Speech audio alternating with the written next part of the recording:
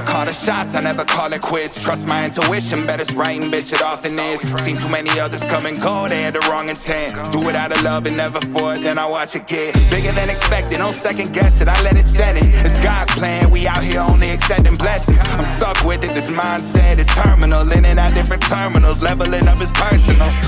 And I already made it, y'all can miss me. It's hard to believe I made something from nothing. No hindsight discussions, I've been writing, I love it. Welcome to the 3 Gig Sports Podcast, where we are never wrong, just sometimes misinformed. This is Danny G sitting alongside my guy Rio tonight. And Rio, who do we got on the line, baby? Yeah, we have Michael Bowe Jr. That's correct, right? I said your last name right. Yeah, you got it right. Okay. Recently committed to Louisiana Tech. I tell you what, one thing I want to say right off the bat that just jumps out on your tape, man, is the speed. You close on the ball, man, fast. Yes, sir. Just all around the plays. Very cool. We are down one co-host tonight. Jimmer can't make it. Apparently he loves his wife, so they're going to spend their anniversary together. So it's just us two. Michael, just kind of kicking it off here. When, growing up, when did you start playing sports and getting into that kind of stuff? I'm from South Florida, so football is really big where I'm from. And I started off playing football at the age of 4. My first year actually was flag. And then when I was 5, I was introduced to tackle, and I've been playing football ever since. Okay, very cool. What positions did you play back then? Growing up, I stayed on the defensive side of the ball. I played defensive end. I played linebacker. And, just pretty much those two. And I just was raised up playing linebacker and defensive end. Right on. So you grew up in, Plantation, right? Yes. Well, yeah, Plantation. Right, in that area. Okay. Did you play any other sports besides football back then? Played basketball, played football, played wrestling. Okay. Those two. Okay, yeah, wrestling has really started to take off there in Florida. We have a community college here. We're in North Iowa, and there's a couple guys from Florida up here that won a couple national titles for a place called Nyack, and they're state champs from Florida and stuff, so that's pretty cool. So, you're moving up and you get into high school. Did you concentrate on one sport only, or did you kind of do all three as well through high school? Really, I concentrated on football a lot. Football always been my main focus. My dad played football, and he was always pushing me. And, everything was just always centered around football. So, like, other sports, if it interfered with football, it kind of took me away from the game. Like, we always made sure we came back to football. We didn't want to get too straight away. Right. So, going into high school, your freshman year, did you play varsity, and how did that season go for you? Freshman year of high school, I actually played JV. I played defensive end, linebacker, and I played a little bit of receiver. Okay. At the time. All right. Yeah, you definitely got some speed, man. Like I said, I've been watching your tape all afternoon, and man, speed really jumps off the page. So then into the next sophomore year, how'd that go? Sophomore year and junior year, I wasn't doing too well in the classroom, so that kept me off the field. I was ineligible those 2 years, and it was going into my junior year, going into senior year. I got my grades together, and I went to American Heritage Plantation private school. They're a powerhouse down there for football, and I played a pretty good season out there. We ended up going to second round playoffs, I believe, my senior year. And from then, I chose to go to junior college route after that. Yeah. So ultimately, what led to going to junior college, and what was the recruitment like? Teams looking at you in terms of scholarships or walk-ons. How much interest did you have coming out your senior year? And then what ultimately led you to go to, is that College of San Francisco, right? No, I didn't go there. I didn't go there first. Okay. But right after high school, I knew I was Division I caliber. Division I was always the goal for me. And my coach at the time told me, like, hey, Mike, like, you got Division I talent. These college coaches are kind of like not really on you right now because they're wondering what happened your junior year and your sophomore year. And you did poorly. I had poor academics at the time. I wasn't, focused really hard in the classroom. So he told me, like, hey, I think it's best for you to go junior college.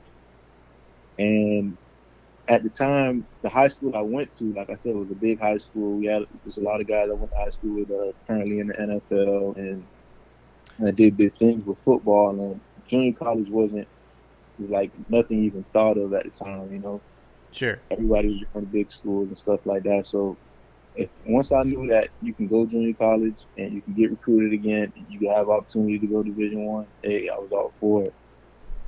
Man, so, we hear that. I don't mean to interrupt you, Mike. We've heard that a handful of times, dude. Like where for one reason or another, guys have to start off in junior college, and it's not like it's really an easier route, right? There's a ton of just hungry guys that are at the junior college level trying to get up to Division I and really prove themselves. And did you kind of find the same thing, or how did that experience turn out for you? Yeah, when I first graduated high school, I went up to Kansas first. My first year, I went up to Kansas. This is right after high school, the summer.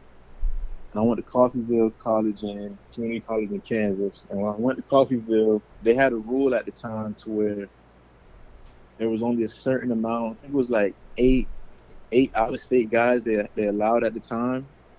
They changed the rule now, but at the time it was only 8 out-of-state players you could have.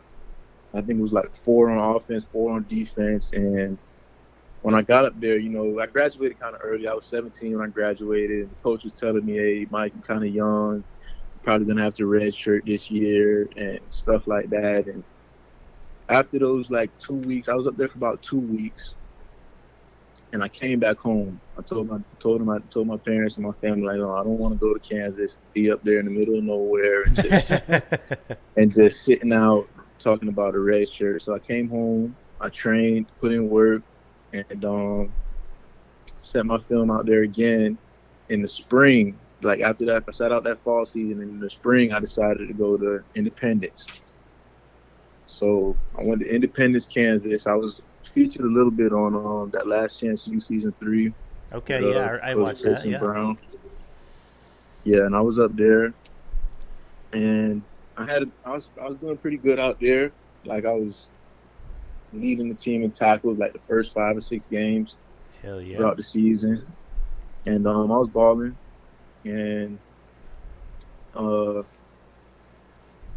we had a lot of guys. There was a lot of depth on the team, and we had a lot of transfers come in. And I was battling with some injuries. Like I had like an ankle injury at the time. I was playing with a sprained ankle, missed a few games, stuff like that. And then the season was over. I had a pretty decent season, and then after the season, with the Netflix show and everything like that was going around up there, I didn't really want to be a part of the show. Yeah. I didn't really want to be around the cameras. I kind of wanted just to play ball and handle my business and get out. Was that a pretty big distraction? They seem like they're kind of in with everybody's lives and stuff like that. And, we hear everybody talking about the grind of getting back to D1, obviously. And was that a pretty big distraction there, having the cameras kind of always in your face? Yeah. Cameras were in the dorms. Cameras were in the cab. Cameras on the bus. Cameras were, Jesus. Your team meetings, you got cameras, microphones. Like, it just wasn't for me. And then to hear that they were coming back again for like another season, I was like, I'm you know out. what? Fuck that shit. I'm out. So I reached out to, I had to do 2 years of junior college. So I did my first year independence. And I was reaching out to some other schools in Kansas, but I guess the other schools in Kansas didn't want me because, like, I guess we're in the same conference or, like, rivalries. Or they didn't like my coach. My coach didn't like, it was just a lot going on with Coach Brown. Yeah. Oh, yeah. Definitely. I watched that series, and, man, yeah, definitely a lot of happening with that coach. Yeah. So I heard California JUCO is pretty big. So when I got home, I remember the first thing I did was just type in on the computer, #1 junior college in California. And the first one that popped up was City College of San Francisco. They had a lot of championships. They had a lot of history. There was a winning program. They sent a lot of guys out in Division I. And I just called up Coach Collins and just sent him my film and said, hey, Coach, like, I'm ready to be a part of what you guys got going on out there. And next thing I knew, I was on a flight to San Francisco. Hell yeah, man. So I don't want to cut you off, but you talk about, you go to the first college. It's not for you. You leave, go home, you work, grinding, still training. You end up having a decent season. I'm just going to say, because of where we know where you are now in the school you're going to, is the fight and the determination to not let, the academic thing keep riding you from high school, turning that around to be eligible to play. And then, two, just fighting to get back, on the football field. A lot of the people, normal people just give up at that, like, it's not worth fighting. But no, you went home, you kept grinding. You got yourself another shot, and then obviously, we see where you are now, and man, that's awesome. Just the determination out of you to get where you are. It's basically not being discouraged. Like if you have the talent and you can go out there and do it, just go ahead and do it. Like I've seen a lot of guys in junior college get discouraged and give up and, like say this isn't for me. And even guys at the Division I level, I see guys, like hang up the cleats and, just because things aren't going their way. But hey, if you just put your head down and just grind it out and work, and things will clear up, things will get better. So yeah, man, it sounds like that. Where do you find that grit and the determination? Is that something that, your family, your parents taught you just to put your head down and keep working? Or is that something that you kind of brought on yourself? Where did you get that determination from? When I was younger, my dad always, told me if I start something, you got to finish it, no matter what it is. If that's a choice you got to take, do it until it's done. Like, don't stop halfway and say, don't half-ass it. Yeah. Like when I came home the first time and I was working out and I was ready to go back to school, ready to go back to junior college, I was like, hey man, if I do it, I gotta do it all the way. Don't leave nothing in there for like what if, or I could have did this if I would have stayed committed. Like even in high school with the grade situation, I sat out and grades were messed up. Like I knew I was supposed to be on the field. I knew what I was capable of doing, but hey, I had to. Yeah, that is awesome to hear.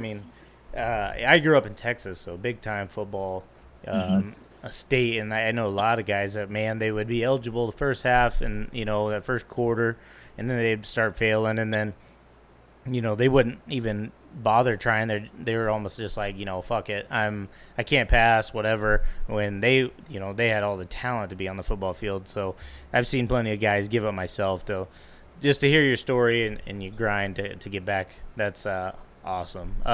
So you take that flight out to San Francisco, and what was that like? What was their selling point to bring you there, or were they just kind of open arms and welcomed you in? It was really me going to them. It wasn't even them coming to me. They didn't know who I was or anything like that. When I came back from Kansas, I just literally typed in #1 dream college in California. Whoever was the best team, hey, that's where I was going. Okay. And when I spoke with the coach and he seen the film, he liked what he saw. He was like, "Hey, come on, like we got a spot for you." So how did that go then? So you got there. The coach is like, "Hell yeah, I like what I see." How did that season go?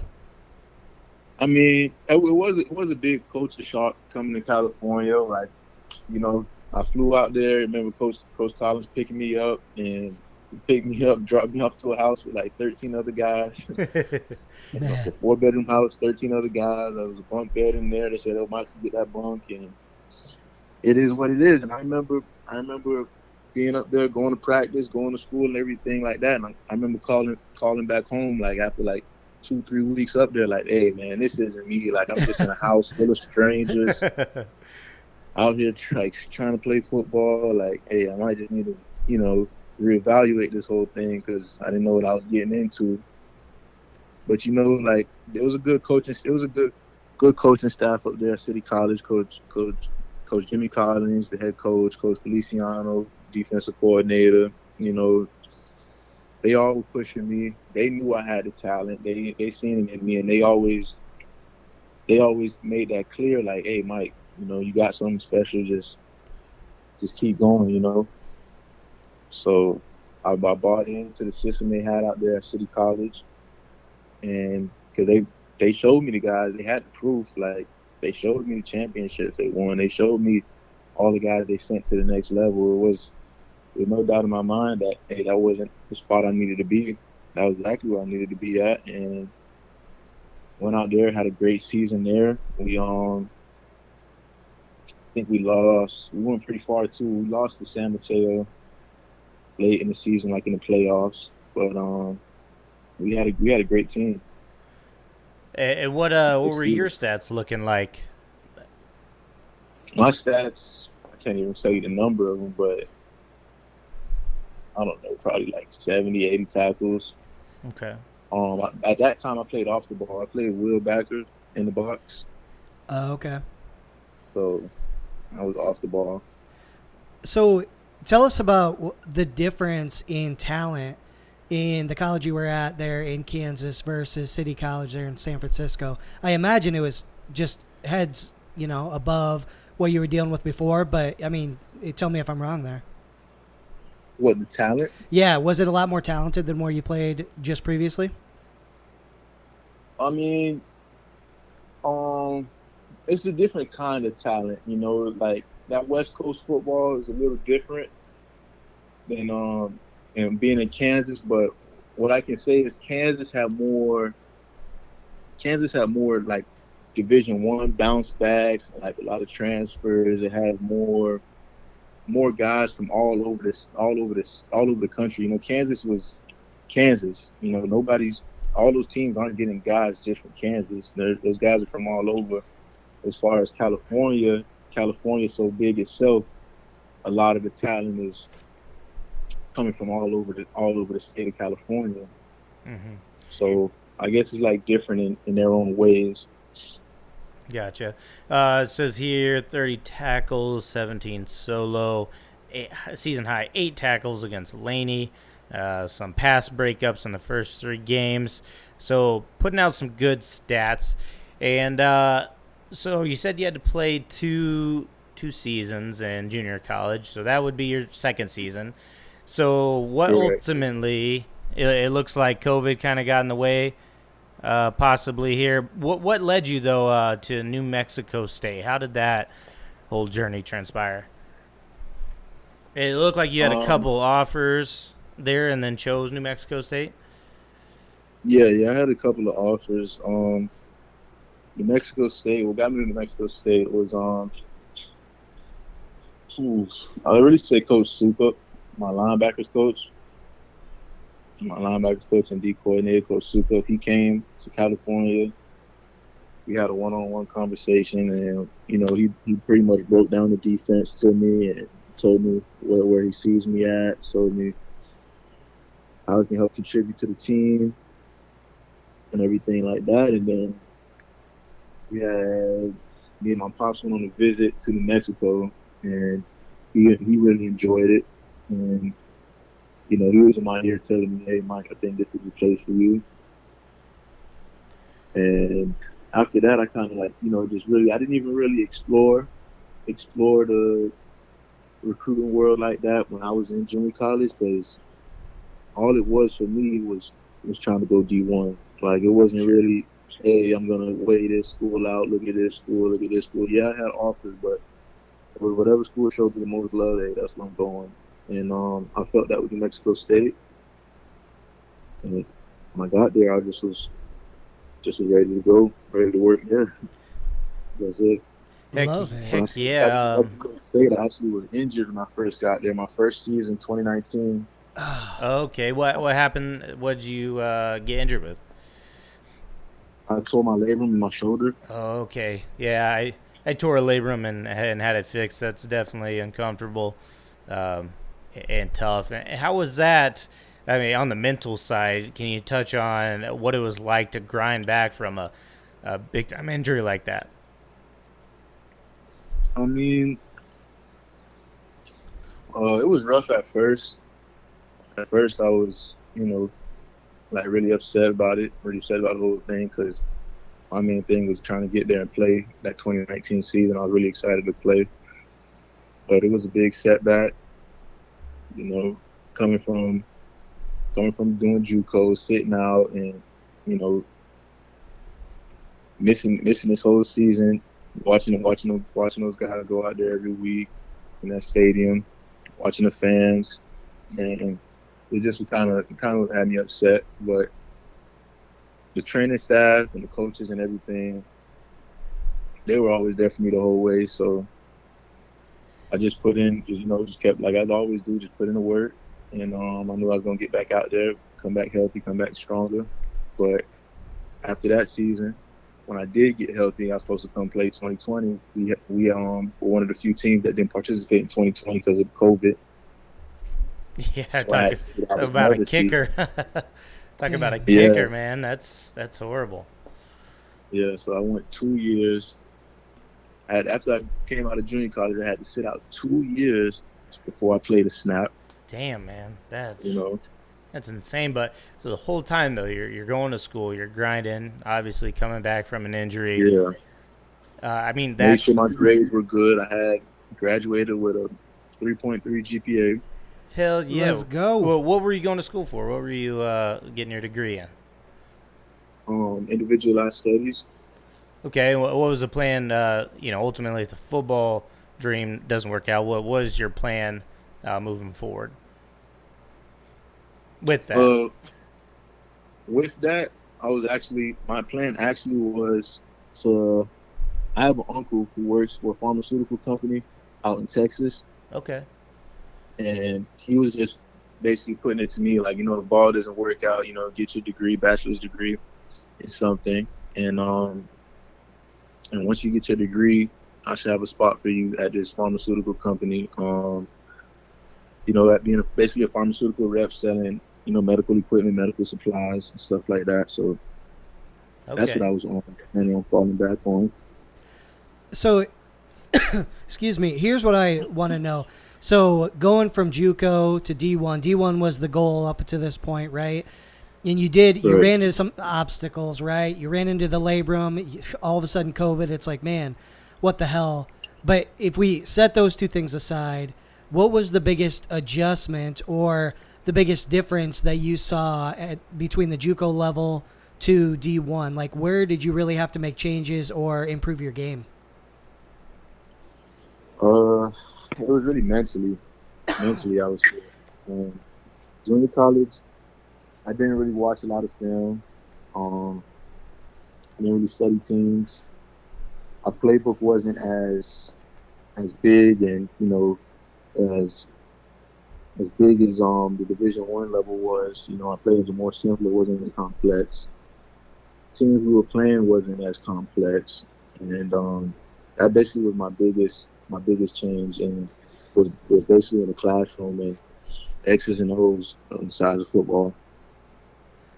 Okay, got it. God, man, that'd be a huge adjustment too, right? Because you know, like you said in high school, it seemed like you didn't really take it as serious, and so the grades weren't there. I could say the same damn thing for myself, by the way. I didn't give a shit in high school. I was just like, well, I'm here, whatever. But then having to actually focus and keep those grades up, even though you weren't playing for those 2 years, man, that'd be tough. Hell yeah. So you move on to 2021. I'll go ahead and rattle off your stats. 50 total tackles, 27 solo, 23 assisted, half a sack, 1 interception. Like I said, you know, I looking at your tape, you're fast, you got power, and the team didn't do that great. It says 2-10, but man, you were flying all over the field. Can you just touch on that season? You look like you had a fire lit under you. Obviously, 2 years off and stepping on the football field for 2021, you certainly balled out. Yeah, I mean, that time, that season I had 2021, I tried to basically cherish every last second of that season. So every time I stepped on the field, I tried to come in there with as much energy as I could. No matter how far away the ball was, I'm running to it. And I just kept that. I just tried to keep a high motor all season long. Like, even if you cut on the game tape, there's like a lot of plays that's not even on the highlight tape that I made, like, because I was always trying to be around the ball, and I just try to make it that way every snap. My main thing that season was just embracing it, cherishing it. I haven't been on the field in 2 years, and I was just trying to give it all I got last season. Man, you talk about that motor, and Rio's mentioned it a handful of times, your speed and getting to the ball. Is there any NFL player that you try to kind of emulate your game around? I kind of try to emulate my game around Shaq Barrett. Okay, yeah. You know, I feel like me and him are play like we have a similar body type, similar position and stuff like that. So I try to emulate Shaq Barrett as much as possible. Yeah, that's actually really good. Yeah, because he does come off the edge and rush the passer, and I seen you come up against the block, shed the block. So yeah, definitely, that's a good one. What's your favorite NFL team? Dolphins. Okay, yeah. Home Florida. team. Yeah. Home team, yeah, All for right. sure. Yeah, and what about favorite NFL player? Shaq Barrett, okay. Boom. Definitely. So, speaking of that, who's the best linebacker in the NFL today? Who do you feel? Bobby Wagner. Bobby Wagner's a stud. Okay. Yeah, I like for it. sure. How do you feel about Tua? You're a Dolphins fan. How do you feel about old Tua and Tyreek Hill there? I'm not really a big Tua fan, but my guy Danny G is nodding in agreement over here. I'm right with you, man. Yeah. Yeah, I'm not too big of a Tua fan, but I like Tyreek Hill over there. Of I like course. that. Hell yeah. Of course. Everybody. I mean, you need that. Of course, Jalen Waddle too, man. Stud. So, you end the season with New Mexico State. You had a good year. Talk us through the decision to leave and go to Louisiana Tech, and talk about that. When you opened your recruitment, what was that like, and what kind of schools and what schools were you considering? When I left New Mexico State, we had Coach Kill come in, Coach Jerry Kill from TCU, and Coach Kill was a great guy. Coach Kill was a great coach. I actually wanted to stay and play for Coach Kill, but I mean, me and Coach Kill had a great conversation. Coach Kill told me, "Hey, Mike, the guys on the team look at you as a captain, as a leader. You was a 12-game starter last season. I expect you to come back and be a 12-game starter this season."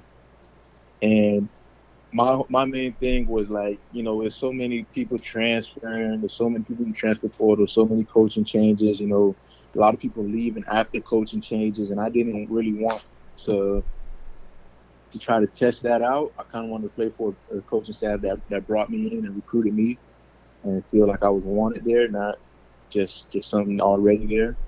Mm-hmm. So I went into the transfer portal actually back in December, and when I went into the portal back in December, I committed to Southeastern Louisiana, and I ended up going to Southeastern Louisiana in January. And while I was at Southeastern Louisiana under Coach Selfo, like I said, it was a great time there. Enjoyed the team, enjoyed the town. But while I was at Southeastern, my defensive coordinator and linebackers coach ended up leaving. Oh, yeah. Yeah, so when Coach Monica left, the coordinator left, and we had a new DC step up and new linebackers coach come in. I was like, back in the same boat while I left New Mexico State. And like I said, I didn't really trust playing my last year in the hands of the coaching staff that didn't recruit me. So I went back into the portal, went to transfer again, and weighed out my options. I had a couple of schools. I had Bethune-Cookman, North Carolina Central, West Kentucky, McNeese, La Tech, and UConn. So. And what ultimately made Louisiana Tech stand out, and you committed to them? What made them stand out apart from the rest of the schools? Because obviously, the talent's there. We can see it all over the tape. People are interested. What made you choose Louisiana Tech? I like Louisiana Tech because it was a brand new coaching staff coming in. And I knew they were trying to make a big change, big turnaround. They were trying to get guys in, to get back to a winning season. And Coach Powers, the defensive coordinator, broke down the defense to me and told me where I'd be fitting in at and the guys they lost and and how I would be a great fit to come in and help them win. So with that being said, I ended up choosing them because of like I said, the brand new coaching staff, everybody, fresh start. There shouldn't be no favoritism, anything like that. Everybody should have a clean start. So that's what I wanted. I came to La Tech. That's definitely a very good reason, and definitely makes sense.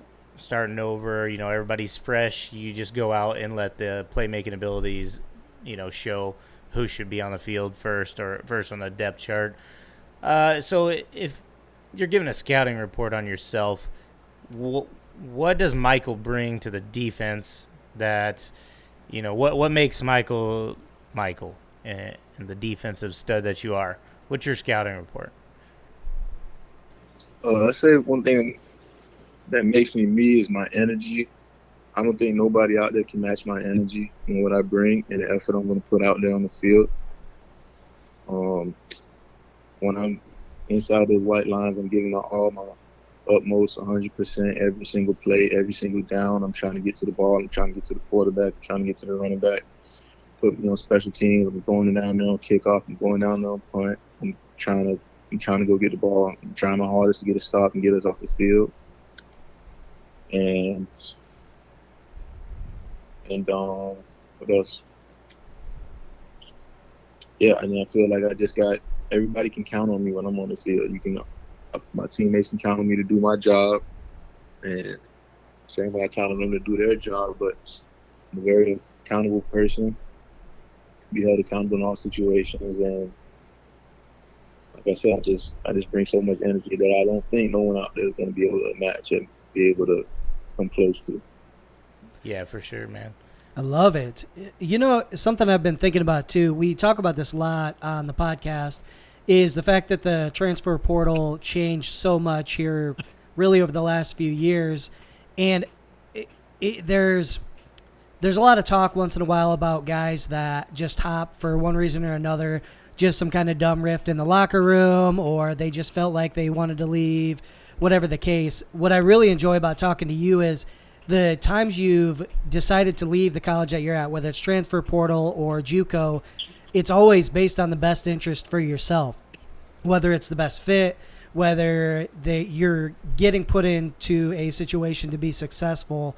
And I think what more people should do is look at you as an example and say, listen, this is what this is what young men should do more often to make sure they're in the best spot to succeed. Because ultimately, if the goal is, NFL or just to be successful in life, you want to be in that right spot and you want to feel like you're guided by the right people, the right game plan, philosophy, and things like that. So just wanted to give you props on that, man, because it's everything you've said has been really thoughtful. You're like, listen, these guys are leaving. I don't know what I'm going to be set up for. So, with all the kind of disrespect about transfer portal stuff, I really enjoyed that, man. Yeah, definitely.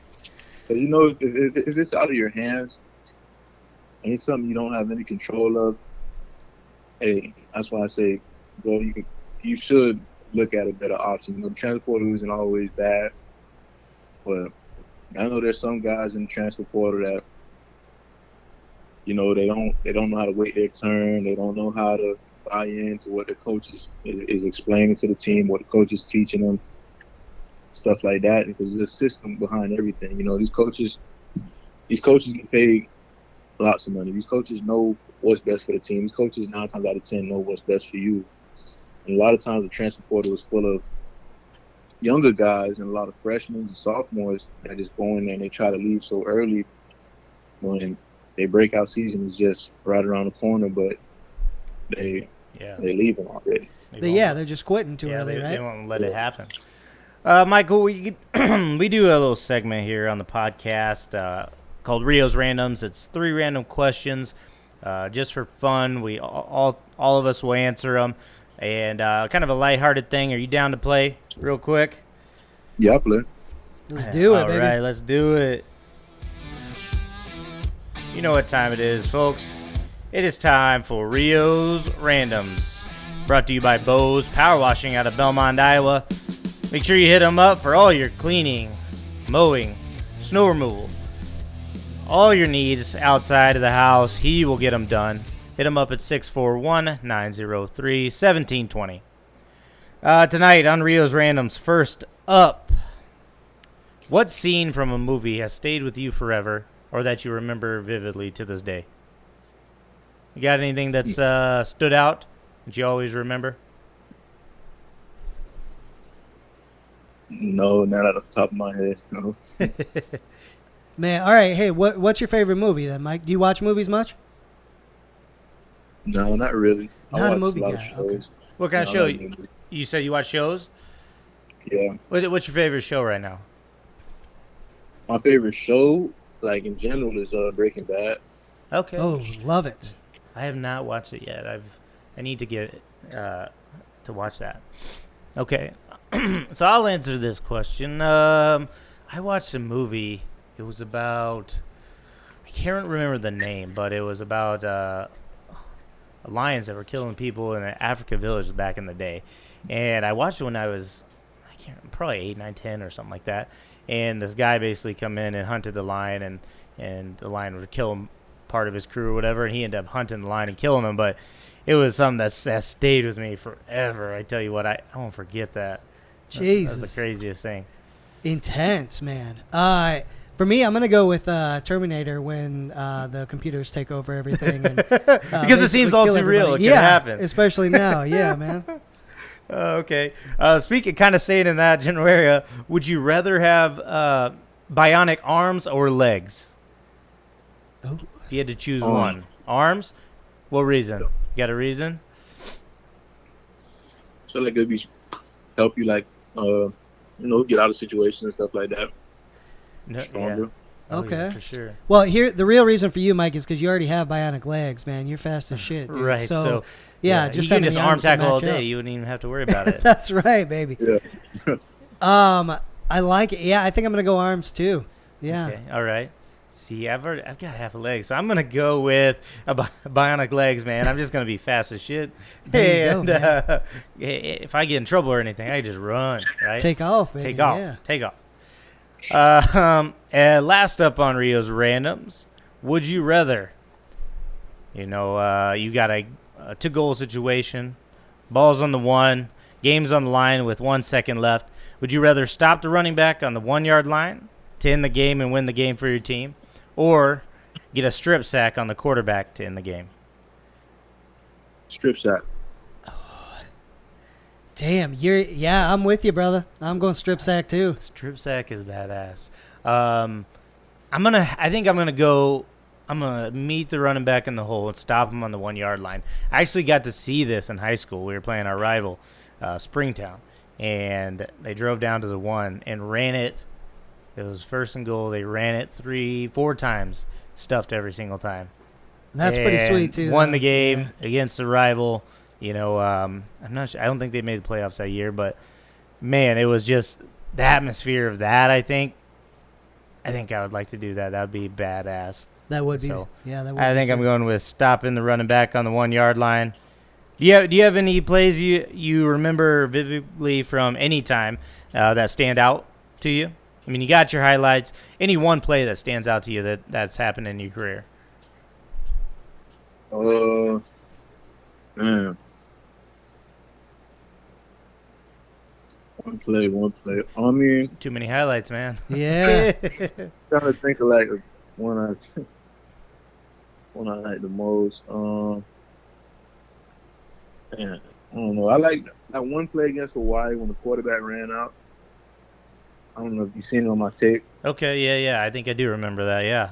Yeah, that actually was a sack, but they didn't write it down as a sack. Dang, they hosed you of a sack? Oh, What man. the hell? I was behind the line of scrimmage.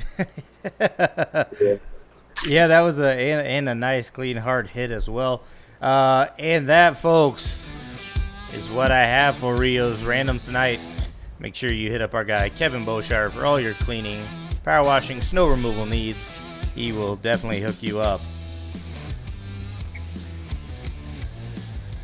Well, Mike, as we start to kind of wrap up the conversation with you, man, let's give you a few rapid fire questions. So, first off, playing for New Mexico State, I imagine, where was the best place?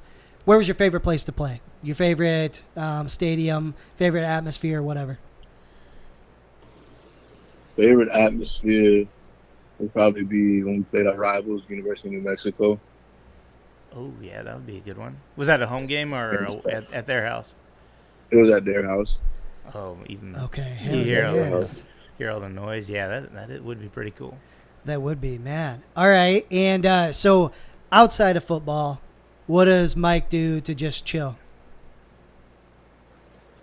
Fish a lot. Okay. Listen to music.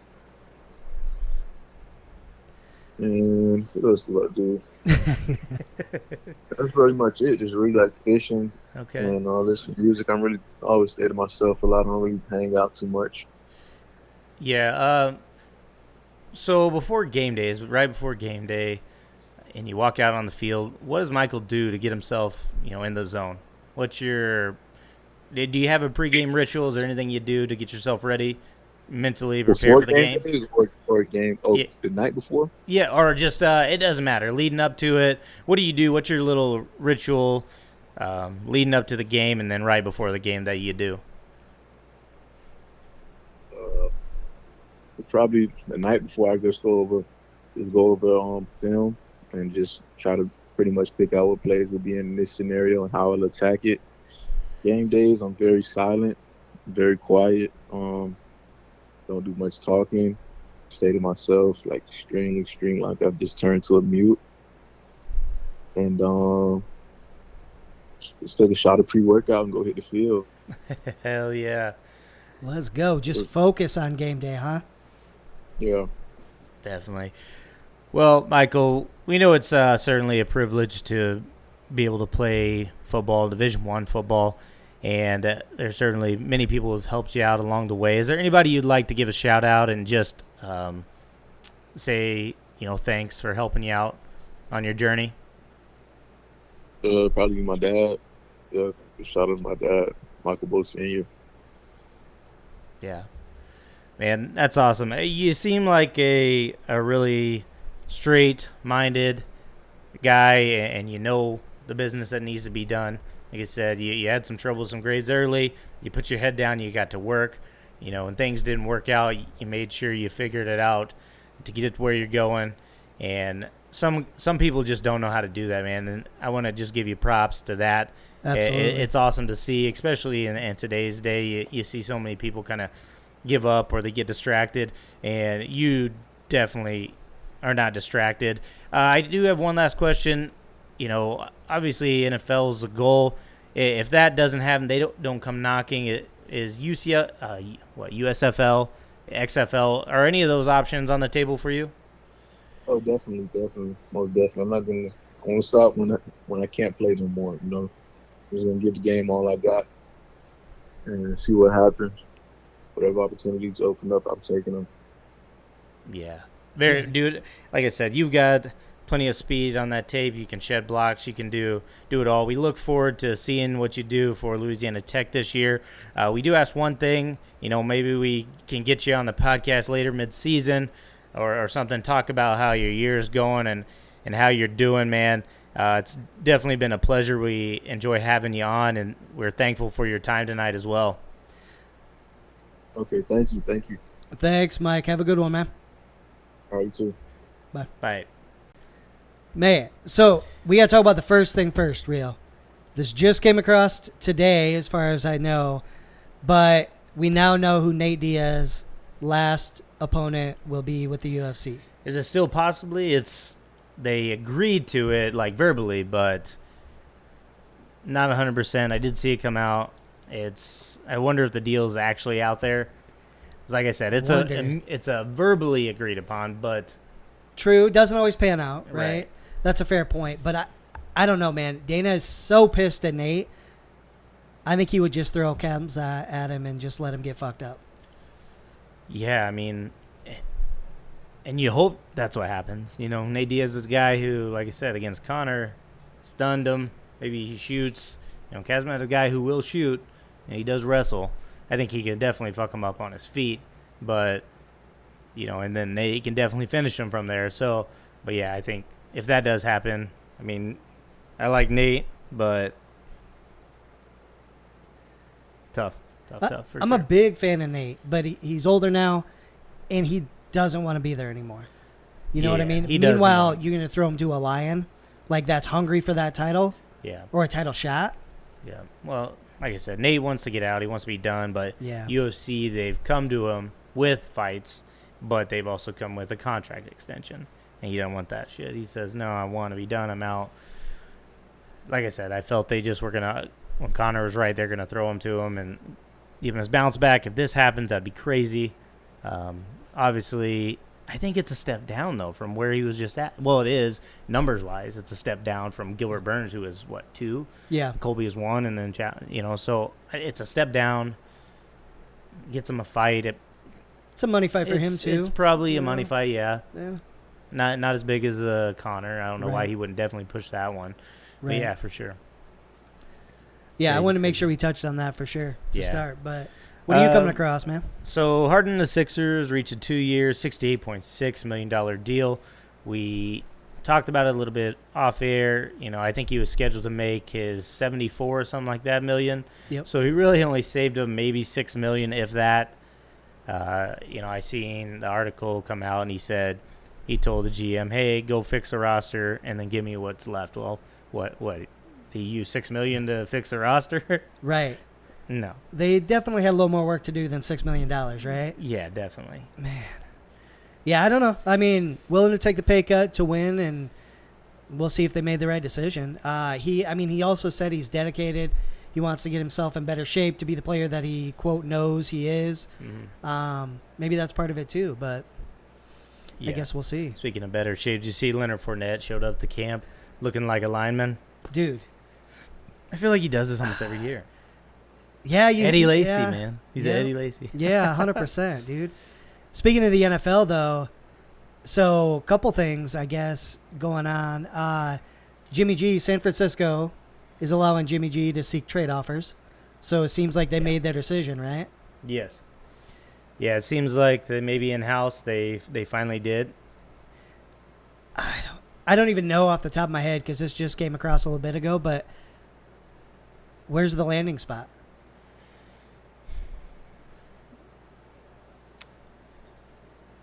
I feel like most of them are filled, right? Most of them are filled, but if I'm Atlanta, I don't feel comfortable walking out Mariota. Atlanta is the interesting one. You're right. I'm with you on that. Yeah. Browns are not expected to pursue a trade for Jimmy Garoppolo. I don't know if you saw, kind of a little off topic. The expectation around the league is a 6 to 8 game suspension for Deshaun Watson right now. If that's it, man, shit is going to blow up. Yeah. God, I don't know. I don't know what's going to happen with Jimmy G, but seems like San Fran's made the decision, and is it the right decision? I don't know. I don't think we've seen enough of Trey Lance, but you don't want to be in the position the Packers are right now, right? They committed to Aaron Rodgers, but you had that young quarterback that you took early, right, first round, and you're not going to know what you're going to get. And Jordan Love's going to end up walking, and he may be a stud for someone else. He might be. And if you keep rolling on with Jimmy Garoppolo, you're going to run out of years with Trey Lance, and then you're going to be shit out of luck. Right? And I think it's a move. You got to get rid of him. I think they waited too long. They set back, and they lost out on when all the quarterbacks are moving. They should have been in the mix. Seems like they were waiting almost on too much. Maybe they were wanting too much for Jimmy G, and it kind of bit them in the ass. And I could see a scenario where they end up just cutting him to save cap space. They can also keep him, I guess. But with this, you want to be traded. They know you want to be traded on both sides. Is it really good for the locker room to keep him there? On what you think is obviously a playoff team. Yeah. And it's such a tough spot, right? You've got a quarterback that took you one game from the Super Bowl. Yeah. Was he great? No, not necessarily, but you got there with Aaron him. Rodgers. Yeah. Yeah, definitely. God, I'm just glad we're not in that spot. We've got the MVP, Kirk Cousins, going this season. No. Moving on, Texas A&M senior wide receiver Giannis. Yeah, I think I said that right. Smith arrested on DWI, weapon, marijuana charges. Booked Wednesday in Brazos County Jail. Released on $8,000 bond. He was speeding at approximately 2:15 on Wednesday, and he was a team captain in 2021. Led the Aggies in receptions and touchdowns last season, and second in receiving yards. These young players have got to figure it out. Right. Look at Henry Ruggs. He just ended his career millions off of some shit like this. Yes, exactly. Millions of dollars on the table that he can't even get for his family. No. And you got to stop being selfish and look at that. Yep. I totally agree. You got to get yourself around different kinds of people, ultimately, right? Like, damn. Yeah. Charles Johnson, former Pittsburgh Steelers wide receiver and Colorado Buffalo star, dies at age 50. Right now, cause of death unknown, but he'd been working as assistant athletic director at Heritage High School in Wake Forest, North Carolina. He was selected by the Steelers with the 17th overall pick in the 1994 NFL Draft. Played 5 seasons for Pittsburgh.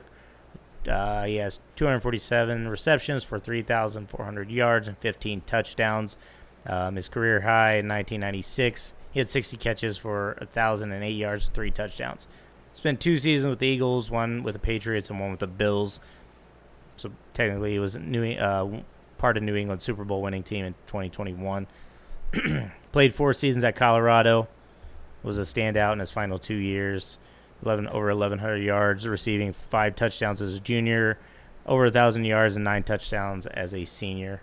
So certainly a loss for the Steelers community there. Rest in peace, for sure. Absolutely. Come out, O'Malley is going to face Peter Yan at UFC 280 in Abu Dhabi. What? Big time step up in competition. What do you think? First round. Peter Yan. Yeah, 100%. Yeah, Peter Yan. Here's the problem. I was that confident when it was him against Aljamain Sterling. Yeah, that's true. And we saw what happened. But, I mean, O'Malley doesn't exactly wrestle. He doesn't, there's no jiu-jitsu there. There's no ground. Yeah. Talk about a step up, though. A big-time step. I mean, Peter Munoz one was a step up, but he didn't beat him. Right. And, I mean, it was questionable. Like I said, I had a pretty split even. Yeah, I don't know. He better be ready, I know. So, Jan is ranked number 2 at bantamweight. Mally is unranked on ESPN. That's a card that's headlined by Charles Oliveira and Islam Makhachev. That's October 22nd, if you didn't know the date on that. It's going to be a good card, yeah. Staying on UFC, Aljamain Sterling is going to fight TJ Dillashaw for the belt. Mm-hmm. So that's an interesting fight, too. Dillashaw's really made a comeback since he got busted for the blood doping, basically. Yeah, that'll be an interesting one. I'm a big TJ fan. Yeah, it'll be interesting to see because he did have a close fight his one back, but ring rust is real. Yeah. So I think I'm going to say right now I'm probably going to bet his way, definitely. We'll see as he gets closer. I'm still feeling it's his time. It's his belt. It's still his game right now, and he's a little bit above everybody else. That's kind of where I'm going. Yeah, I think I'd be in the same boat. Yeah. MLB All-Star Game. AL wins the game 3-2 on some big-time homers. Your guy Byron Buxton and then Stanton combined for 882 feet of back-to-back homers to give them the victory. Yeah, I saw the slow-mo of Stanton's crush. Yes. He wrecked that ball. Wrecked that ball. Jesus. Yes. Nobody cares about the actual game, though. Can we talk about Albert Pujols real quick? Did you see that Sarian Schwarber got hosed? Oh, no, I didn't see this one. Yeah, no. So apparently they didn't count one of his home runs, which will give him the win over Albert Pujols. Oh, no. Yeah. No, I didn't know Appeared that his 15th, I believe it was his 15th home run. They never counted, even though it showed it went over the fence. Oh, that's different. Yeah. Damn. That way, if they, I don't know how they overturn it. I don't know how that works or whatever, but Pujols is just living the life, man, in that whole. Yeah, no deal. kidding. His last year, they're hooking him up for sure.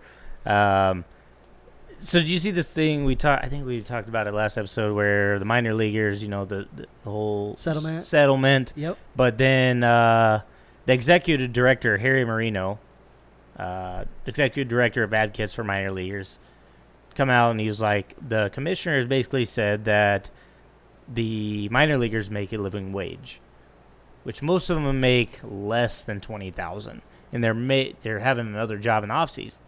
Granted, the commissioner makes $17.5 million. Like, that's absurd to say that shit. That is insane. That's not even close. I mean, and most of them don't even make $20,000. Right. That is insane.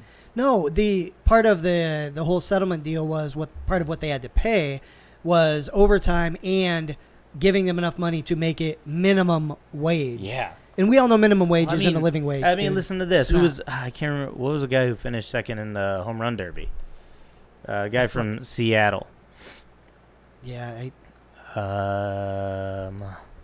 What is his name? I'll look it Rodriguez. up. Okay. So he's making like $700,000 this year, MLB salary. His winnings for getting second in the home run derby, $725,000. So that's how you know it's all doubled his money. Double Jesus. his money. Well, not doubled his money, but close. It's just it's like what the hell. Damn, man. Baseball's got a problem with obviously if you're they're like an employee. You should at least pay them. I'm not saying pay them $1 million. I'm not saying pay them $100,000, but I mean $40,000 maybe. Something to $30,000, $40,000. Something at least they can kind of concentrate.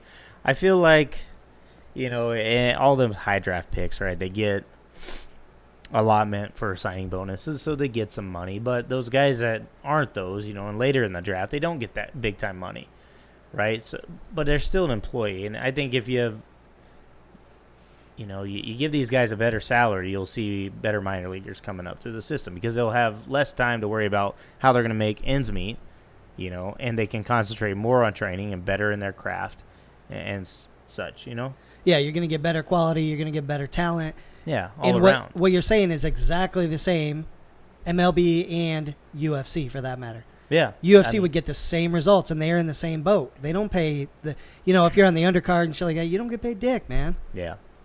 Yeah, no kidding. It's not a good thing, but I don't know what they need to do. Obviously, I think they need to raise the pay. But Yeah. I don't know what it comes out to.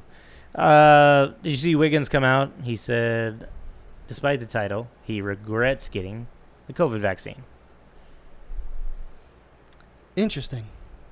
No, I didn't see that one. I saw he's going for defensive player or first team all defense next year, but he still regrets getting the vaccine. That's interesting. Also with the NBA, DeAndre Ayton. Yeah, Wonder why. I don't get it. DeAndre Ayton says he's happy with the resolutions. Suns claim he's a vital piece. After all that played out, do you feel that's really the way it played out? I think the Suns, like I said, I think it's strictly business. The Suns were, okay, either we're going to roll the dice. We're either going to get a fuckload, we're going to sign and trade them, right, and get pieces back and stuff back for them, or, worst case, we just keep them and say what they said. Yeah. Hey, I mean, right now it's all talk until they start playing. I'm with you on the Suns thing. It's just business. They got to essentially save money by matching the offer at that point. DeAndre Ayton, I think he's probably 100% right. He played ball in Arizona, I believe, staying in Arizona. Like he said, he had his son there. He stayed there pretty much his whole life and grew up there. So probably definitely happy for him not having to move. But I'm sure there's that. I don't doubt that at all. I mean, there's obviously other things going on, like we talked about, not playing there at the end of the playoffs, just how upset he was about things and didn't want to be there, money aside. I guess I don't know. I won't know until he actually gets out there and starts playing, but right now I don't believe it. Yeah. Yeah, for sure. Well, not too much to keep rolling on about. We do have North Iowa fights coming up next weekend. Yes, we do. And Rio, we've got Mr. Mike Estes himself coming on Sunday. And Mark Curry are going to be with him. So it's going to be a fun podcast. Definitely make sure you tune in for that one. Yeah, it's going to be a great time if you can make it over to Mason City Arena. Mike put on a great show last time, and I'm sure it'll be just the same. You can look for some more coverage from us during weigh-ins at Friday. And then later Saturday night, we'll get some videos uploaded from the winner's circle, so you call it. So yeah, interviews from the winners and such. Yeah, just like we did last time, try to get kind of what they're thinking right away after the fight to see how it went and things like that. There's 5 professional fights going on that night. That alone, you know you're getting your money's worth. But then 5 amateur fights as well. So it's going to be a good night. It's always entertaining, and I'm curious to kind of hear what Mike says. He always has a little more insight on Sundays, so be sure to tune in for that. Yeah. As well. I do have a make sense for tonight. Let's go. So, fortunately, this one place where I work. Pinsville. So yeah, they're doing some test rates on the dryer, which is all cool, right? They come in earlier this week, and they're like, hey, we're doing some test rates. We want you to speed up this product, copper, which, can catch on fire easily, and it's heavy. It'll sit in the bottom elbow of the dryer. That's where it can catch on fire. They're like, we're going to push the rate. Basically, you have the go-ahead to crash the dryer, and don't worry about, if that happens, we're not working the weekend. You don't have to worry about any of that. Fast forward a day or so later, and they're pushing the rate a little bit, but it's got to the point where they've got some stuff in the bottom elbow.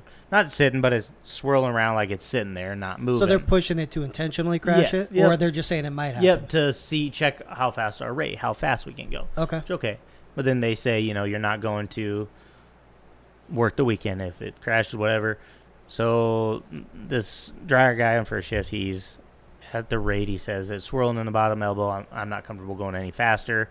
And then they get build up, and he's got to shut down and clear it out. And he's like, the lead guy comes down. And he's like, well, what'd you do? I got to be informed. Well, you going to make your guys work the weekend? It's like, hold on, time out. You just said, like, you're fine with crashing it, but we wouldn't have to work the weekend. Right. And then, apparently this morning they come out and says, we'll have to look at the schedule. It looks like we're not going to get done. We may have to work the get that, finished out. It's like, hold on, you were just saying you can't say one thing and then totally, completely flip the other way, a couple days later. But it makes sense, though, if you don't think about it. If you don't think about it. What the hell? Yeah. Words of wisdom. Usually, you probably can't trust too much what some people are saying at work, and some of the higher-ups, they're just in it to see what they can do possibly for themselves, make themselves look good. 100%. Maybe if you work out there, don't push it like that. Well, my thing was like, it's cool to say push it and crash it, but are you going to be helping me clean it up, or are you going to be sitting in the air-conditioned office? Right. Yeah, I don't know. It's So you don't think he'd get a shovel? Help you there? He would not get it. He might come down and actually take a picture of it and then leave. Oh, man. But it makes sense if you don't think about it. Furious. It definitely does. Well, shout out to our guy Jimmer and his wife. Happy anniversary tonight. Yeah, for sure. Since you bailed on us. But again, I know. Yeah, 2 in a row this week, man. What do you do? But again, we're gonna wrap her up. So if you happen to find us out there on the interwebs anywhere, be sure to like, follow, subscribe, give us a rating. That's huge to help expand our reach. The podcast is available where, Rio? Anywhere you can find podcasts available. Spotify, Apple, Amazon, Breaker Radio. I even found another weird one the other day. I mean, we're available pretty much anywhere you can stream podcast episodes. YouTube as well. We have a digital editor, Colleen. She's doing a great job getting videos up there for us, and hope you are liking the new content and stuff she's putting on. Yeah, give us some feedback too. We know we love the content. We want to hear the content that she's putting out there, but we want to hear what you guys think too. If we can continue to do better, that's what we're going to keep doing. But we also like a good story. We do. It makes sense if you don't think about it. Basically every single night that we do the podcast. So if you've got a good story, go ahead and slide on in to our DMs. Get that story out to us.